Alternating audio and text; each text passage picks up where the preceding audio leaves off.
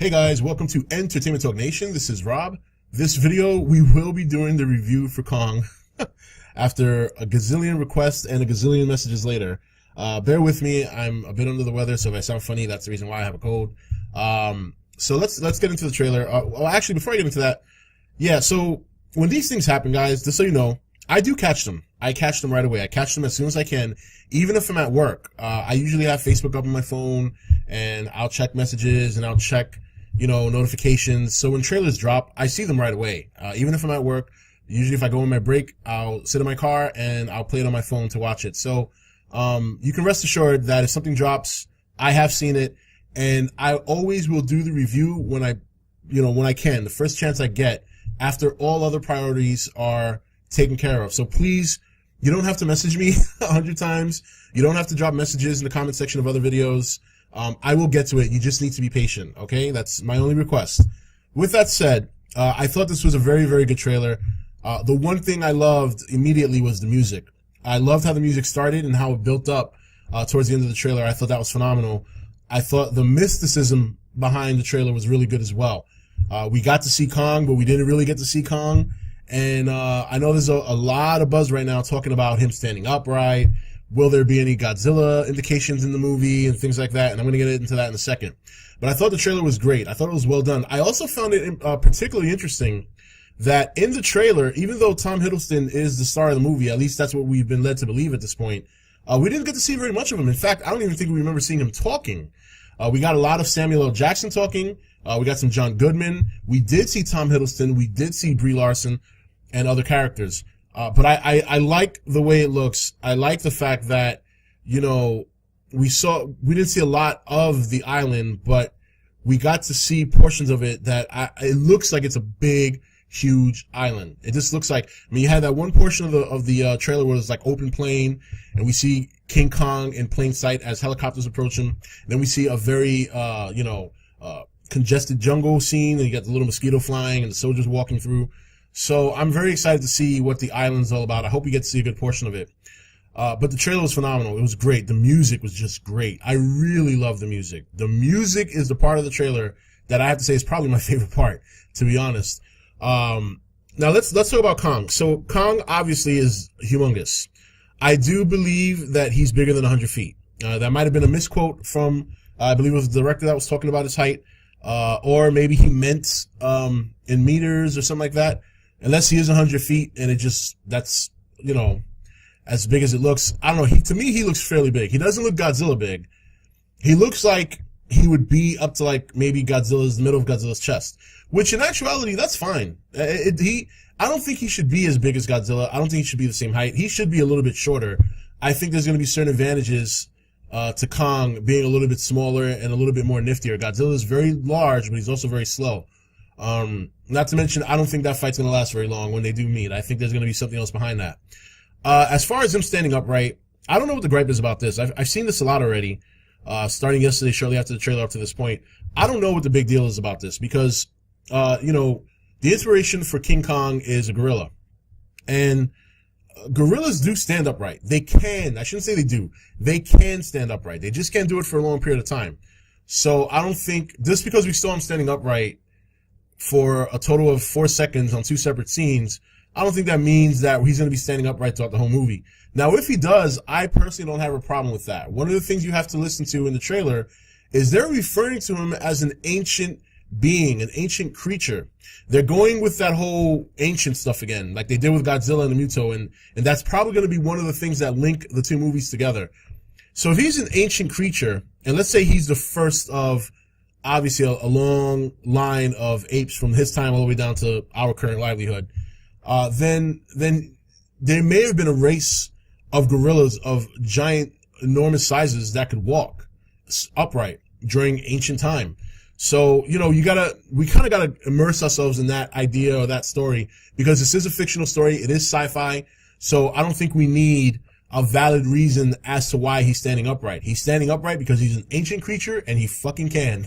That's what he does. So I don't think that's such a big deal. I don't think people should be just peeling that apart. I think it's a little ridiculous. It's Kong. And in every other Kong movie, he has stood upright. The only one who he didn't stand upright was Peter Jackson's Kong movie, which, was a very good movie. Don't get me wrong, but that was Peter Jackson's vision of Kong and things like that. So I don't think it's a big deal he's standing upright. I really don't.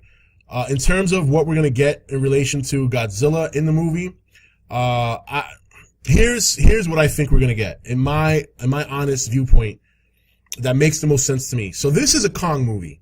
This is going to be about Kong. This is not going to be about Godzilla. As much as I would like to see a cameo of like Gorosaurus and stuff like that, because that's what happened in the past and the older King Kong movie where he fought Gorosaurus, I don't think we're going to get that. If we do, great. I mean, that'd be fucking great. But I don't think we're going to get that. I think he will fight other monsters. They might even be significantly smaller than him. I mean, he's the king of this island, so I can't see anything contesting him.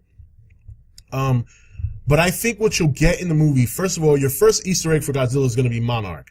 Monarch is the link between these two movies. Monarch is what's bringing this universe together. I think you'll get a Godzilla reference, perhaps. One of the things John Goodman talks about in the trailer is that he's been trying to prove that monsters exist for 30 years. Now, remember, in G14, Godzilla tried to attack, I believe it was submarines, and there were certain things, certain events that happened regarding Godzilla in 1954. So when you consider that this movie takes place in the 70s, if you go back 30 years from, let's say, I believe 73, let's just say, that's 43. So you could assume that John Goodman would be talking about how in maybe the 50s, the late 40s or the 50s, he found out about this, about Monarch or whatever, unless he's working for Monarch. But if he's trying to prove creatures exist, it sounds like he's somebody that could be working against the Monarch. Or he could be some sort of creature expert that nobody believed, that thought he was a mad scientist. And because there are whispers in the winds of a monster existing on this island, Skull Island, they bring him along just because they think he might be an expert, he might be some help. So, but there's many different directions they can go. But I do think there'll be certain references to obviously there will be references and there will be a Monarch. I just think you'll get an Easter egg big enough to continue to make Godzilla relevant since his movie's been pushed back so far, but at the same time, not too much that it overshadows Kong, because this is Kong's movie. This is going to be about Kong. This is going to be about his island, and I don't think anything with Godzilla should overshadow that. As much as I'm a huge Godzilla fan, this is Kong's movie. I want it to be Kong's movie. I want a hint of Godzilla only because Monarch is tying the two together, but I don't think we should see Godzilla. I don't think he should be spoken about directly, and he shouldn't be at this point because it happened in 1973. And there's also some people who believe that Kong might grow between the time of the movie and the time he runs into Godzilla. Excuse me. That is a possibility. But I don't think he needs to. I think he looks like he'll be about a good 75 feet to 100 feet shorter than Godzilla, which personally I don't think that's a big deal. I really don't. He'll be up to like the center of his chest, maybe a little bit higher.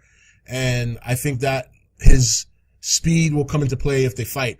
Also, I personally don't think they're going to be fighting each other very long. I think there'll be a bigger threat that'll force them to band together.